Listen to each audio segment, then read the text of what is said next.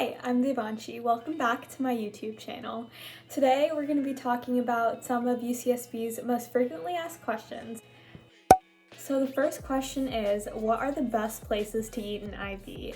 So if you don't know, IB is short for Isla Vista, which is the small college town right next to the UC Santa Barbara campus. Some of my favorite places to eat, keep in mind I am vegetarian, so the answers are going to be a little skewed, but my favorite places are number one, Kahe. They have literally the best acai bowls and the best breakfast drinks. My second recommendation would be Blenders. They really have the best smoothies and it's just so nice on a really hot day.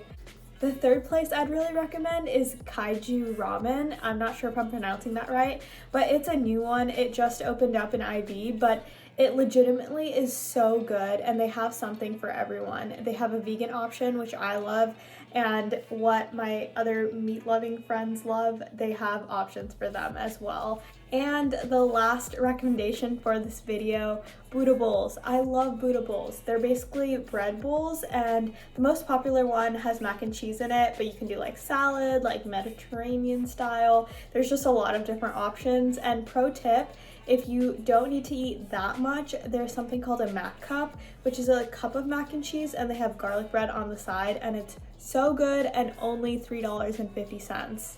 The second question is, do I need a bike?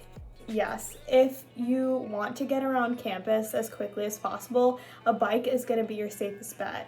Now, I am afraid of biking, so I actually longboard around campus. I did live in FT and it was really hard trying to get from FT to campus. I would have to take the bus, and on rainy days or days when people are just running late, it would be really crowded. So I would definitely suggest getting a bike if you live in FT, because there's a direct bike path that goes from FT to the main campus. The next question is, what classes should I take? Lucky for you, I made a whole video on that. It was super in-depth. I'm gonna leave a card here so you can click on it and go watch that. The next question is, what's your best advice for transitioning into the quarter system? Now, the quarter system in comparison to the semester system is shorter, so it's 10 weeks instead of the typical 16 weeks. And for me, I really like that because your bad classes are only 10 weeks long and your good classes are only 10 weeks long, so you know what you want and you can take a lot more variety of classes.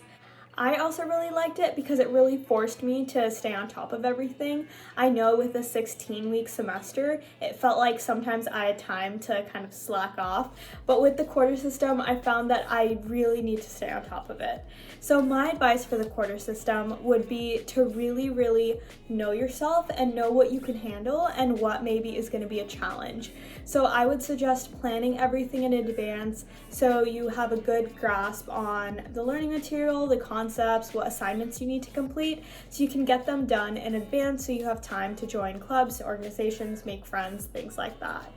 The quarter system does move really fast, so make sure you know what's happening at all times. If you ever feel like you're behind on a concept or you're really not sure what's going on, make sure you reach out to your professor or go to CLAS to really freshen up on those concepts, because the quarter is really going to build off of everything that you've learned so far. The next question is, should I choose a random roommate or pick my roommate? Honestly, it's going to depend on you, but for me, I chose a random roommate and it honestly really worked out. It's honestly going to depend on the person, but for me, I chose a random roommate and a lot of my friends did too, and it worked out for them. I think the thing with random roommates that works so well is that you don't know them beforehand very well, so there's no expectation when it comes to maintaining a friendship. So you can come home, have a good conversation if you want, but if you don't, there's really no pressure to keep engaging with that other person. My advice for roommates would just to really be respectful of each other's boundaries and set those boundaries really early on so you have kind of a precedence and you have a routine established already. What is the best dining hall?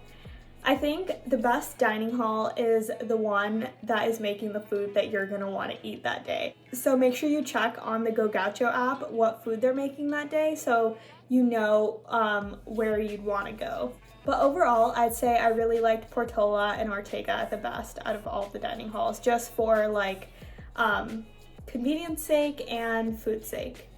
And that's all I have for you today. Thank you so much for watching. If you have other questions about UCSB, make sure to leave them in the comments and I'll try and get back to them as soon as possible or make a part 2.